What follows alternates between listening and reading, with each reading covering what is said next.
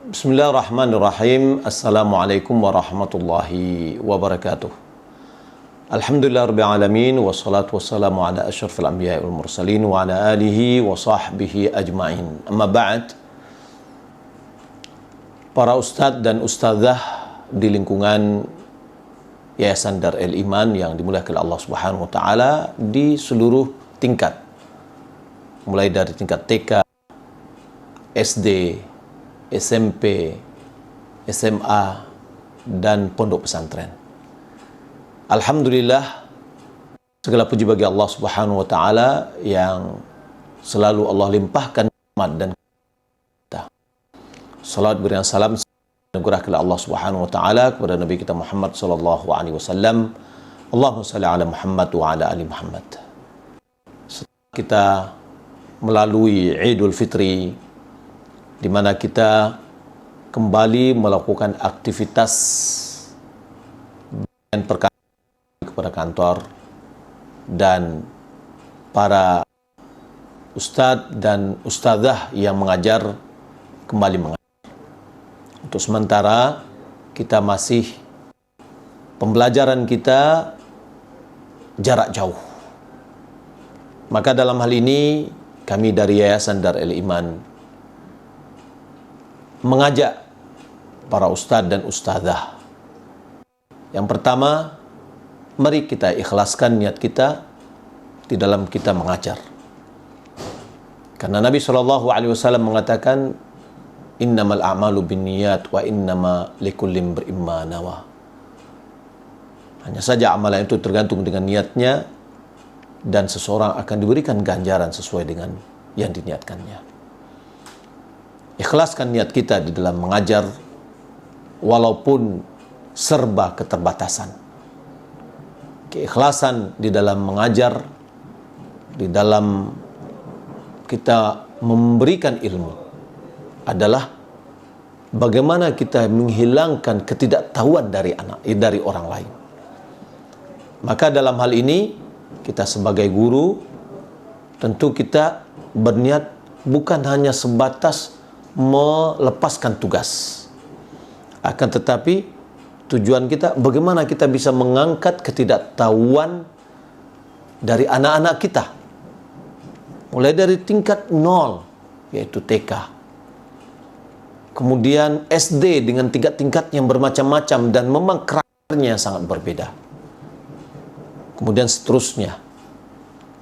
Maka oleh karena itu ikhlaskan niat kita. Apapun yang kita berikan, maka Allah Subhanahu wa taala akan memberikan balasannya. Untuk menambah semangat kita ikhlas dalam mengajar adalah bahwa ilmu yang bermanfaat adalah salah satu di antara pahala yang tidak akan terputus bagi orang yang menyebarkannya. Dan termasuk para ustadz dan ustadzah. Ilmu yang ustadz dan ustadzah berikan adalah ilmu yang akan dimanfaatkan oleh anak kita, yang akan berguna baginya sepanjang hayatnya. Boleh jadi itulah yang menyebabkan kita bisa masuk ke dalam surga. Para ustadz dan ustadzah yang dimuliakan oleh Allah Subhanahu wa taala. Yang kedua, amanat kita di dalam menjalankan tugas ini. Pertama adalah amanah di hadapan Allah Subhanahu wa taala. Sebagai tanggung jawab kita mengemban tugas mengajar. Kemudian amanat kita kepada yayasan, dan amanat kita kepada orang tua yang telah menitipkan anak mereka kepada kita. Walaupun dengan sistem jarak jauh, kita tetap berupaya mengerahkan seluruh apa yang mungkin kita lakukan, inovasi di dalam mengajar, di dalam menyampaikan, dan itu sangat terbuka. Dunia yang kita bisa lihat di YouTube untuk bagaimana cara memberikan pengajaran kepada anak-anak kita dengan cara yang menyenangkan. Maka hendaklah kita menjalankan amanah ini dengan baik. Yang ketiga, pesan Rasulullah SAW, yassiru wala tu'assiru, basyiru wala tunaffiru. Ini adalah pesan yang sangat mendalam. Nabi mengatakan, yassiru, mudahkan, wala tu'assiru, jangan dipersulit. Apalagi dalam segala bentuk keterbatasan kita ini, hendaklah kita berikan kemudahan kepada anak-anak kita. Jangan saklek di dalam memberikan pembelajaran dan tugas. Berikan yang mudah, kenyamanan kepada anak. Kemudian apalagi? Basyiru wala tunaffiru. Berikan kabar gembira dan jangan jadikan mereka takut atau lari. Dalam hadis ini kita bisa melihat bahwasanya psikologi anak itu sangat penting di dalam kita mengajar. Kondisi anak senang, gembira, itu akan memudahkan anak kita untuk mendengar dan menerima apa yang kita berikan. Maka karena itu, berupayalah kita semaksimal mungkin untuk memberikan yang terbaik untuk anak kita. Saya yakin para ustadz dan ustadzah sangat-sangat mampu untuk itu. Untuk kelas 1 misalkan. Bagaimana cara menulis? Anak-anak terkadang belum tahu bagaimana cara menulis. Kita bisa tulis melalui cara kita menulis, kemudian kita rekam videonya. Sehingga sekali kita mengajarkan, sekali kita merekam, anak kita bisa mengulang-ulang terus.